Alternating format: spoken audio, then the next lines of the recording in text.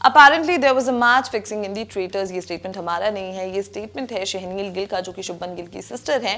And उन्होंने ये statement दिया है ट्रेटर्स 2 को लेकर। सो इफ यू नो कि ट्रेटर्स 2 जो अभी अमेजॉन प्राइम पर चल रहा है, it is an on going show, उसमें शहनील गिल एज अ कंटेस्टेंट है, एंड उन्होंने पारुल गुलाटी जो शहर की मालकिन है उनको लेकर काफ़ी सारे क्लेम्स किए हैं,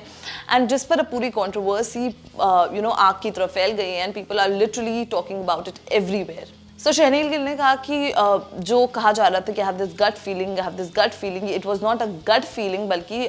शो में क्या होता है कि जो हर एक कंटेस्टेंट होता है, they are provided a shadow production की तरफ से, जो उनका पूरा ख्याल रखते हैं, उनकी नीड्स का ख्याल रखते हैं, they literally take care of everything. तो उस शैडो ने पारुल गुलाटी के लिए वो बात करी थी, though she did not take the name directly, but उन्होंने ये इनडायरेक्टली बोला कि भाई जो कहा जा रहा था कि मेरी गट फीलिंग है कि क्रिस्टल ही ट्रेटर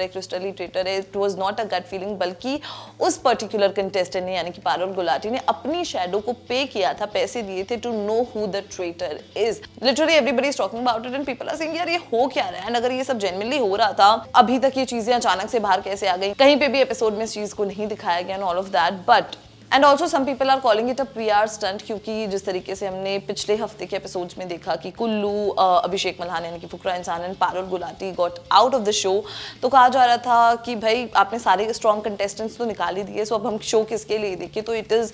मे बी कि वापस से ट्रेटर्स को ये फेम मिल जाए, ये लोग कह रहे हैं, हम नहीं कह रहे। बट ट्रिश जो एक और कंटेस्टेंट है उस पर्टिकुलर शो पे, उन्होंने क्लियरली अपने ब्रॉडकास्ट चैनल में लिखा है कि this is not a PR stunt, but लोग सोशल मीडिया पर ये क्लेम करते हैं कि भाई ये तो एक मार्केटिंग स्ट्रैटेजी हो सकती है, एक PR स्ट्रैटेजी हो सकती है to revive the game,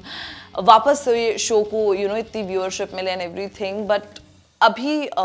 on this entire controversy, Crystal D'Souza has also come up, उन्होंने भी कहा है कि यार ये गट फीलिंग कुछ नहीं होता, जब मुझे ट्रेटर बोला गया तो she had no valid points. Parul said कि I'll tell you that on circle of शक, बट उनके पास कोई valid points नहीं थे, वो ऐसे points दे रही थी कि कुल्लू गया,